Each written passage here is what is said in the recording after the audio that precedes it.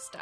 I know I've talked about this before, but Walt Disney created a whole underground tunnel system for the characters to have a break, and it's for them to secretly get around the park without walking everywhere in costume. This way, this all preserves the magical feel of Disney.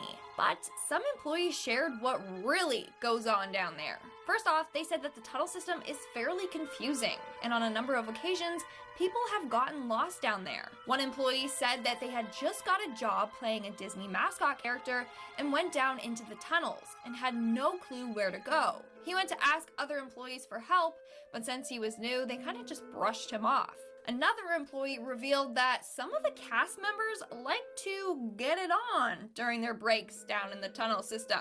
So while you're up above having fun, they're down below having fun. Just in a different way, if you understand what I'm getting at. Coming in at number 9, we have the waiting lines. But before I go any further, if you guys are liking this video so far, make sure to give it a big thumbs up because it really helps us out. I think the one flaw about Disney are its lines. Seriously, nobody's got time for that. But a couple of years ago, a huge scandal broke out involving Disney and their waiting lines. Basically, rich families were paying tour guides that have access to these special passes for the disabled. Basically, with this pass, you get brought right to the top of the line because Disney wants guests with disabilities to have a great time. But wealthy, able people were abusing this, which is absolutely sickening. Can't believe people were actually doing this just to scam the system. Moving on to number 8, we have the overnighter. For this next point, let's move back along to Disney's tunnel system. So remember I talked about how new employees often get lost down in the tunnels? Well, there's this creepy urban legend about this happening to a new employee. So he finished his shift and went down to the tunnels to change. As he was making his way out, the lights in the tunnel shut off, and he was in the complete darkness. Now, he had trouble already finding the exit with the lights on. Now with the lights off, it was even more difficult. He ended up wandering around the tunnel system for hours before collapsing from exhaustion. He ended up staying there overnight. His coworkers found him in the morning. He was freezing cold and super scared. So now this story is kind of used to scare new employees. In our 7th spot, we have the suspicious death. So in 2012, a man's body was found near the Mickey and Friends parking structure at Disneyland. Police just assumed the man took his own life, but no witnesses ever reported seeing this man jump. Now what's weird is that I tried to search more into this case, but I couldn't find anything. We don't know what truly happened to this man and how he passed away, which is a little suspicious to me. In our 6th spot, we have Yes Man. So this story was shared by a former Disney employee that worked near the Indiana Jones ride. So his job was to dress up as an adventurer and just stand around. But he said he was often attacked by kids, and Disney told him that he just kind of had to take it. So these kids would often be super psyched to go on this ride, and so they were in costume and had plastic weapons. He said on a number of occasions, kids would come up to him and literally whip him with their weapons. Or he would get asked to duel, and he always had to say yes. So kids would just be jabbing him with their plastic swords. Yeah, that's not a job I would like. We're now at our 5th and halfway mark with Winnie the Pooh gets sued. I thought that was so clever. Like, I was typing that and I came up with that and I'm like, pat on the back. Good job, Lindsay. Anyway, in 1978, a guest at the park sued Disney and a cast member, claiming that the cast member playing Winnie the Pooh slapped their daughter. In 1981, their case was brought to court, and the cast member showed up in the Winnie the Pooh costume.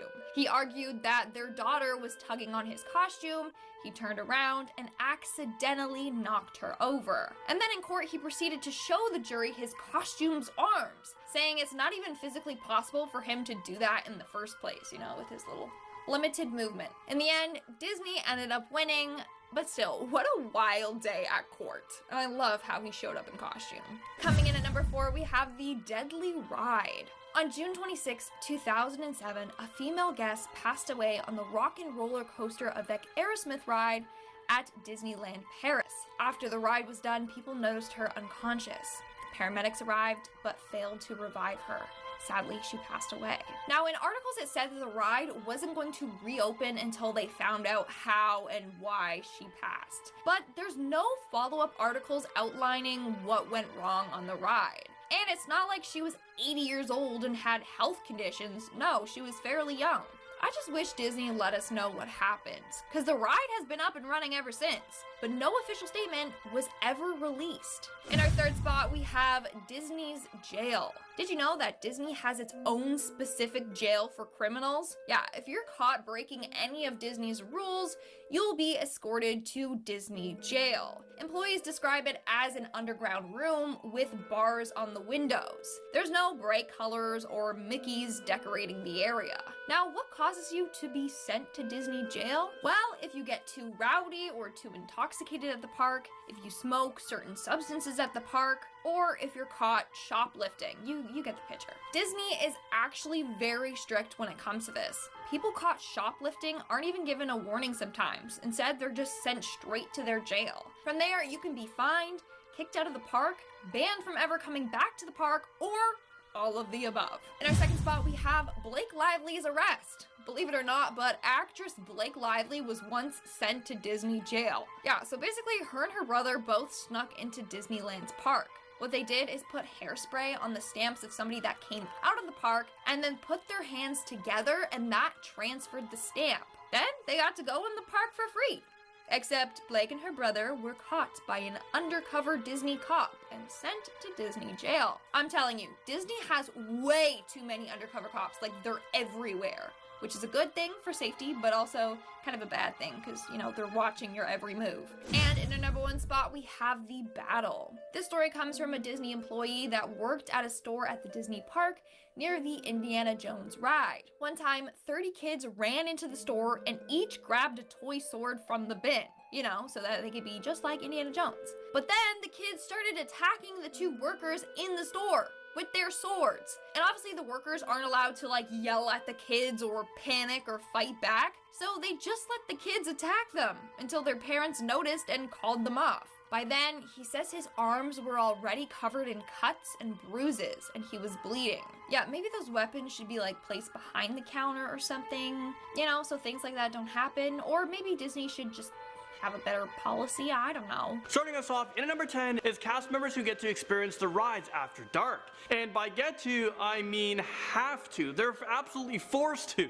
Well, apparently some of these rides are absolutely 100% haunted, especially It's a Small World. I remember I was stuck in that ride one time and I wanted to absolutely kill myself because it was so annoying, it was on repeat, it's so repetitive. Well, multiple cast members have reported seeing the little animated dolls blink or appear in entirely different places long after that they've been unplugged and switched off for the night. Honestly, there's just something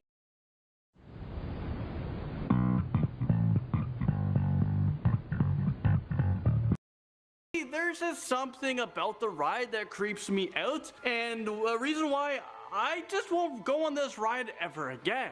In at number 9 is the poor employee who had a little bit of a game with Walt Disney himself after he died. A bit of backstory. Whenever Walt was at the parks, the staff would always make sure that the light in the window of the fire station was turned on to let everyone know, you know, Walt's here, let's be on our best behavior. Well, once he died, they turned off the lights. But one day, a staff member was cleaning the room where the lamp was, and they saw that it was turned on. She turned it off, turned around, and when she turned back, it was switched on again. This would freak me out. She again turned it off. I wouldn't do that. I would just run like crazy, not look back, put in my resignation, and I'd probably go work for Microsoft or something. Well, something inside her was telling her that Walt was letting her know that, hey, I'm still here. I'm still much alive in this park. Well, since then, the lights always stay on to let everyone know that Walt is looking down on the parks. So everyone there better be on their best behavior. Following up, at number 8 is when a Disney employee noticed that there was a mysterious box chained to a lamppost. Anyone who's seen any type of crime shows know that if there's a mysterious package anywhere, it might be a bomb, and to clear the area and call 911. This employee jumped into action and did just that, because the last thing anybody wants is an active bomb in the happiest place on earth, filled with excited kids and their families. Turns out, thankfully, it wasn't a bomb, it was just some family's lunch and they just didn't want to carry it around with them. But seriously guys, I don't understand wanting to carry your lunch around. I mean, at that point, just go out and buy lunch in a restaurant. Just go buy a turkey leg somewhere. Well, I guess on this day, it would save a lot of people a lot of stress. Okay, next up at number 7 spot is the employee who had to help break up a fight that could have ended really poorly. Apparently a group of 20-year-olds were getting rowdy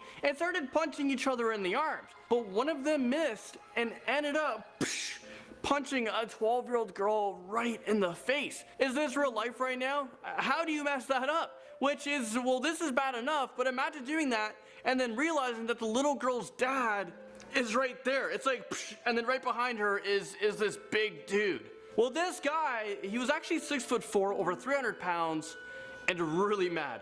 Like really mad. It literally took 4 security guards and 2 deputies to pull the dad off the guy who punched his daughter, but not after bloodying up himself. Number 6 today goes to a worker who might have told an exorcism at the haunted mansion. Apparently before the ride even opened up, an employee heard music coming from the walls of the seance room. Mysterious music is bad enough from any room, but a seance room? Especially when there are rumors that the spell book was a real one, which was once owned by witches. Well, that is class A nope material for me. Instead of cleansing the place, this employee decided to just install speakers to drown out the noise, but I guess whatever helps you sleep at night, I guess.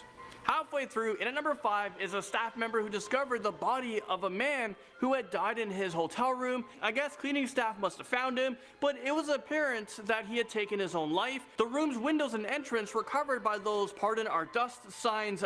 I've never seen that kind of sign before, like, "Pardon, we didn't clean this place, don't mind it."